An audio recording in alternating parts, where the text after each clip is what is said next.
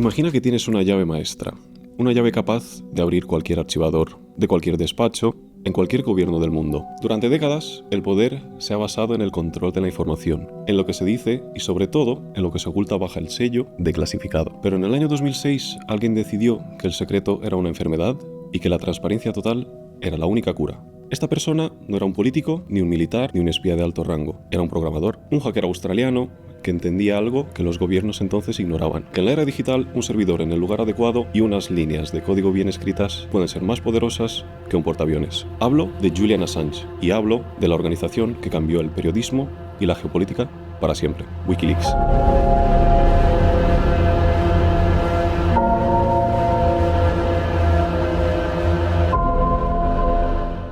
Hoy en Breaking Code vamos a desglosar la historia de la web más peligrosa del mundo. No vamos a quedarnos solo en los titulares de prensa, vamos a analizar la tecnología que permitió que miles de documentos secretos viajaran por la red sin dejar rastro. Vamos a ver cómo un búnker en una montaña sueca se convirtió en el cerebro de revolución informativa. Desde el asesinato colateral en Bagdad hasta los correos que sucundieron las elecciones de Estados Unidos, pasando por los 7 años de encierro en una embajada y la batalla legal por la libertad de la prensa. Esta es una historia de criptografía, de traiciones, de cables diplomáticos y de cómo un algoritmo de cifrado puso en jaque mate a la mayor potencia del planeta. Bienvenidos a la historia de Wikileaks. Empezamos.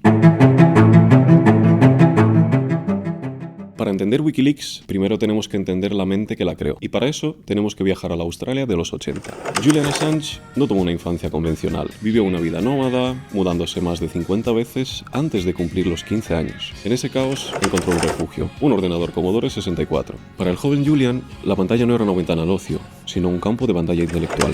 A los 16 años, bajo el alias de Mendax, un nombre inspirado en el poeta Horacio, que significa noble mentiroso, fundó, junto con otros 2 hackers, el grupo internacional Subversives. Su regla de oro era simple: no dañes los sistemas que hackeas, no cambies la información que encuentres, pero comparte la información que descubras. Assange era un purista de la ética hacker original. Entró en los sistemas del Pentágono, de la NASA, de Citibank y de Motorola. No buscaba dinero, pero buscaba saber cómo funcionaban las estructuras que rigen el mundo. En 1991, la policía australiana le detuvo. Se declaró culpable de 24 cargos de hacking, pero el juez, impresionado por su inteligencia y su falta de malicia económica, solo le impuso una multa. Sin embargo, esa experiencia plantó una semilla en su cabeza. Assange se dio cuenta de que el mundo se estaba volviendo digital y de que los gobiernos estaban utilizando esa digitalización para ocultar sus crímenes de forma más eficiente. Durante los años 90 y los principios de los 2000, Assange trabajó como programador y experto en seguridad. Colaboró en el desarrollo del protocolo TCP y escribió software de cifrado como Rubberhouse, diseñado para proteger la información incluso bajo tortura física. Pero su gran epifanía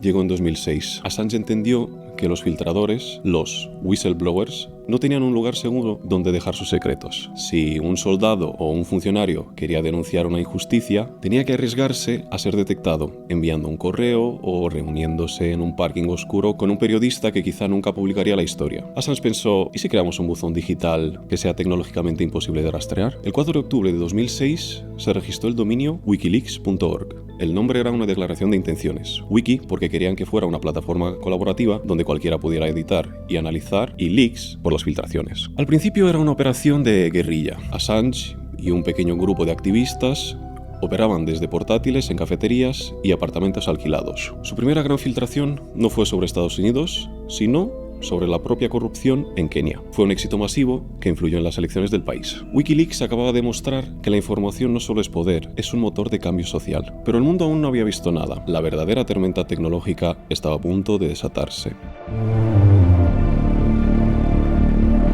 Vamos a entrar en la parte técnica, porque aquí es donde se pone interesante. ¿Cómo consiguió una pequeña web que el Pentágono no pudiera cerrarla? La respuesta no es solo una herramienta, sino una arquitectura de defensa de profundidad. El primer pilar es el sistema de envío de documentos. Wikileaks fue pionera en el uso masivo de la red Tor. Cuando una fuente quiere enviar un archivo, no se conecta directamente a los servidores de Wikileaks. La conexión rebota por miles de nodos voluntarios en todo el mundo, cifrando el tráfico en cada salto. Eso hace que sea matemáticamente imposible para que un proveedor de internet o un gobierno pueda saber quién envió el paquete original. Pero el envío es solo la mitad del problema. ¿Dónde guardas los archivos más buscados del planeta? Assange diseñó una red de servidores espejo, o mirrors. Wikileaks no está alojada en un solo sitio. Si un gobierno tuvo un servidor en Estados Unidos, la web sigue viva en otros 20 países. Además, utilizaron jurisdicciones con leyes de protección de datos extremadamente fuertes, como Islandia o Suecia. Hablemos del búnker.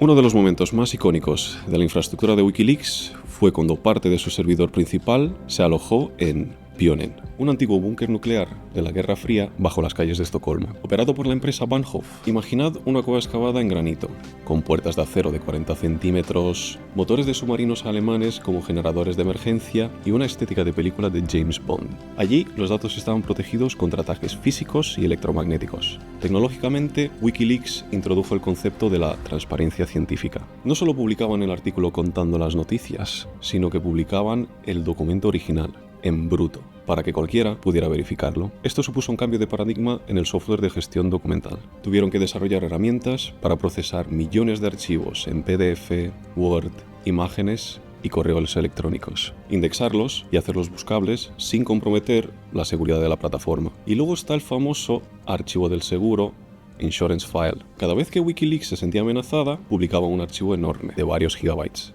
cifrado con AES de 256 bits. Millones de personas en todo el mundo lo descargaban por torrent. Nadie sabía qué había dentro, porque la clave del cifrado solo la tenía Assange. Era un mecanismo de dispositivo de hombre muerto.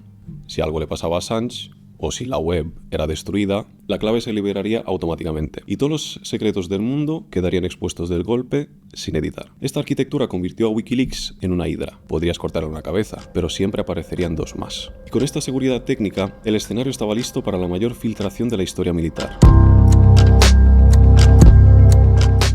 Si hubo un año en el que el mundo cambió su percepción sobre el poder, fue 2010. Y todo empezó con un nombre: Chelsea Manning. Manning era un analista de la inteligencia del ejército estadounidense en Irak. Tenía acceso a la red de SIPRNet en el sistema de comunicación clasificado del Pentágono. Lo que vio ahí la horrorizó. Vio la desconexión entre lo que el gobierno decía en las ruedas de prensa y lo que realmente estaba pasando en el campo de batalla.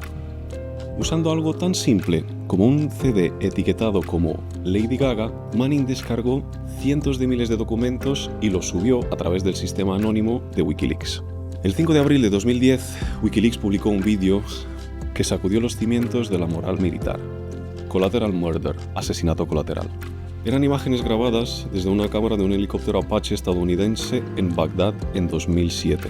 Se veía cómo los soldados disparaban contra un grupo de personas, incluyendo a 2 periodistas de la agencia Reuters, y luego remataban a una furgoneta que intentaba socorrer a los heridos, donde había niños. Lo más escalofriante no era solo la imagen, sino el audio de los pilotos riéndose y tratando a las víctimas como si fueran personajes de un videojuego. Ese vídeo no fue un hackeo, fue una filtración facilitada por la tecnología, y fue solo el aperitivo. Poco después llegaron los diarios de la guerra de Afganistán y los registros de la guerra de Irak. Casi medio millón de informes militares que revelaban torturas sistemáticas, muertes de civiles no contabilizadas y la verdadera cara de la guerra. Pero el golpe de gracia fue el Cablegate. Wikileaks obtuvo más de 250.000 cables diplomáticos del Departamento de Estado de Estados Unidos. Era la radiografía de la política exterior mundial, desde lo que pensaban los embajadores o los líderes extranjeros hasta operaciones de espionaje aliados de la ONU. Por primera vez en la historia, el público pudo ver los hilos invisibles de la diplomacia. Y aquí ocurrió algo interesante. Wikileaks no publicó esto sola, se alió con grandes medios como El País, The New York Times o The Guardian. Assange entendió que necesitaba el músculo editorial de la prensa tradicional para que el impacto fuera global. Sin embargo, este éxito masivo trajo consecuencias inmediatas. El gobierno de Estados Unidos inició una persecución sin precedentes. No pudieron tumbar la web mediante ataques de denegación de servicio, de DOS, aunque lo intentaron. Así que fueron por la financiación. Visa, Mastercard, PayPal y Amazon cortaron el servicio a Wikileaks. Fue un bloqueo financiero extrajudicial. Fue en ese momento cuando Wikileaks se convirtió en uno de los primeros adoptantes masivos de Bitcoin. La tecnología blockchain fue la que mantuvo viva a la organización cuando los bancos intentaron asfixiarla. Pero mientras Wikileaks ganaba la batalla tecnológica, Julian Assange empezaba a perder su batalla personal. A finales de 2010, la vida de Assange se convirtió en una novela de espionaje. Mientras Estados Unidos buscaba formas legales de acusarlo de espionaje, surgió una orden de arresto desde Suecia por supuestos delitos sexuales. Assange siempre sostuvo que las acusaciones era una maniobra para extraditarlo a Estados Unidos, donde temía enfrentar la pena de muerte o la cadena perpetua. Tras meses de batalla legal en el Reino Unido, en junio de 2012, Assange hizo algo desesperado. Entró en la Embajada de Ecuador en Londres y pidió asilo político. El entonces presidente, Rafael Correa, se lo concedió. Imagina la escena. La embajada era un piso pequeño en el barrio de Knightsbridge. Assange vivió ahí durante casi 7 años, en una habitación convertida en oficina y dormitorio. Tenía un solarium improvisado, una cinta de correr y, lo más importante, su ordenador. Desde esa pequeña habitación, Assange siguió dirigiendo Wikileaks, pero el aislamiento empezó a pasar factura. Aquí es donde entran las controversias internas. Muchos colaboradores, como Daniel Dumscheit-Berg, abandonaron la organización quejándose del personalismo de Assange y de su falta de rigor a la hora de anonimizar los nombres de las personas inocentes en los documentos. Assange defendía que la verdad no debe ser editada. Sus críticos decían que estaba poniendo vidas en peligro. La tecnología seguía siendo su arma. En 2016, Wikileaks volvió al centro del huracán durante las elecciones estadounidenses. Publicaron los correos electrónicos del Comité Nacional Demócrata y de John Podesta, el jefe de campaña de Hillary Clinton. Aquello fue un terremoto. Reveló cómo el partido había favorecido a Clinton sobre Bernie Sanders, pero también dio pie a una de las mayores sombras sobre el Wikileaks, la acusación de que estaban siendo utilizados por la inteligencia rusa para influir en las elecciones. Assange siempre lo negó, pero la percepción pública de Wikileaks cambió. De ser los héroes que denunciaban crímenes de guerra, pasaron a ser visto por muchos como un actor político en una guerra de información global. Mientras tanto, dentro de la embajada, el clima se volvía insoportable. Con el cambio de gobierno en Ecuador, Lenin Moreno empezó a ver a Assange como un estorbo. Le cortaron el internet, limitaron sus visitas y finalmente, el 11 de abril de 2019, le retiraron el asilo. Las imágenes de la policía británica sacando a rastras a un Assange envejecido, con el pelo blanco y sujetando un libro, dieron la vuelta al mundo. Del búnker digital a una celda de alta seguridad en la prisión de Belmarsh, el Guantánamo británico. Antes de ser arrestado, Wikileaks lanzó una de sus filtraciones tecnológicamente más impresionantes, Vault 7.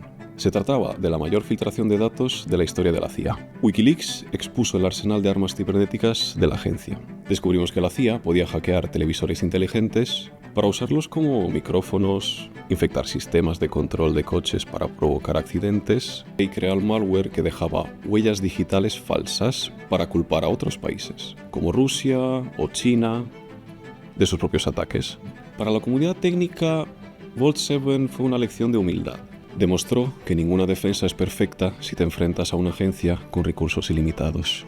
Pero para la CIA, esto fue una humillación personal. Investigaciones posteriores revelaron que, bajo la dirección de Mike Pompeo, la CIA llegó a discutir planes para secuestrar o incluso asesinar a Assange dentro de la Embajada de Londres. La guerra no era ya solo por la información, era una vendetta personal contra el hombre que había desnudado sus secretos más oscuros. En ese punto, la pregunta ética se vuelve inevitable. ¿Es Wikileaks una asociación en busca de verdad o una herramienta de caos? La respuesta depende de a quién lo preguntes. Para los defensores de los derechos humanos, son esenciales para la rendición de cuentas. Para los estados, son una amenaza a la seguridad nacional. Pero desde un punto de vista puramente tecnológico, Wikileaks ha sido un acelerador. Obligó a los gobiernos a mejorar su ciberseguridad y a los medios de comunicación a adoptar herramientas de cifrado y buzones seguros de forma estándar. Hoy en día, el legado técnico de Wikileaks vive en plataformas como SecureDrop, que utilizan casi todos los grandes periódicos del mundo para recibir filtraciones de forma segura. Assange inventó el estándar que hoy se usa en el mainstream. Tras 14 años de persecución, asilo y cárcel, el hacker que desafió al imperio volvía a casa. El tramo final de esta historia es una carrera de fondo legal. Assange pasó 5 años en la prisión de Belmarsh, la mayor parte del tiempo en aislamiento preventivo, mientras la justicia británica decidía sobre su extradición a Estados Unidos. Su salud se deterioró gravemente. Los relatores de la ONU calificaron su tratamiento como una forma de tortura psicológica. La presión internacional creció. Periodistas de todo el mundo entendieron que si Assange era condenado bajo la ley de espionaje de 1917 por publicar información veraz, el periodismo de investigación moriría con él. Cualquier periodista que recibiera un documento clasificado podría ser tratado como un espía. Finalmente, en junio de 2024, ocurrió lo inesperado. Tras años de negociaciones secretas, Assange llegó a un acuerdo con el Departamento de Justicia de Estados Unidos. aceptó declararse culpable de un solo cargo de conspiración para obtener y revelar información de defensa nacional. Pero la justicia es a veces poética. La audiencia no se celebró en Washington, sino en una pequeña isla del Pacífico, Saipan, en las Islas Marinas del Norte, un territorio estadounidense lo suficiente lejos de la capital para evitar el circo mediático, pero lo suficiente cerca de su Australia natal. El juez los sentenció a 62 meses de prisión, exactamente el tiempo que ya había cumplido en Belmarsh. Julian Assange salió de la corte como un hombre libre. ¿Qué sacamos de todo esto? ¿Qué nos enseña la historia de Wikileaks en 2026? La primera lección es que la tecnología es agnóstica. El mismo cifrado que protege tu cuenta bancaria es el que permite que un secreto de Estado salga a la luz. Wikileaks demostró que en el siglo XXI el poder ya no reside solo en el control del territorio, sino en el control de los servidores. La segunda lección es que la transparencia absoluta tiene un precio. La historia de Wikileaks está llena de claros oscuros, de egos enfrentados y de dilemas éticos sobre dónde termina el derecho a saber y dónde empieza la seguridad personal. Pero algo es innegable. Hoy sabemos más sobre cómo funciona el mundo gracias a ellos. Wikileaks fue el primer gran experimento de periodismo de datos a escala masiva. Nos enseñaron que no basta con que un periodista te diga qué está pasando. Ahora queremos ver el código fuente de la noticia. Queremos el documento original. Y la tercera lección es para nosotros, los que vivimos entre líneas de código. Assange empezó como un chaval con un Commodore 64 y acabó cambiando la ley internacional. Eso nos recuerda la responsabilidad que conlleva entender la tecnología. Un programador no es solo alguien que escribe funciones, es alguien que construye las herramientas de libertad o las de vigilancia. Wikileaks ya no es la potencia que fue en 2010. Muchos de sus documentos han sido inaccesibles por momentos y la organización ha perdido parte de su mística original. Pero su semilla está en todas partes. En cada filtración de los Panama Papers, en cada confesión de Edward Snowden, y en cada herramienta de comunicación cifrada que usamos para proteger nuestra privacidad, la batalla por la verdad sigue abierta. Los gobiernos han aprendido a esconderse mejor, pero los hackers también han aprendido a buscar con más astucia. Soy Florín, esto ha sido Breaking Code, y recuerda, en un mundo de algoritmos, la información es la única moneda que nunca se devalúa. Nos vemos en el siguiente episodio.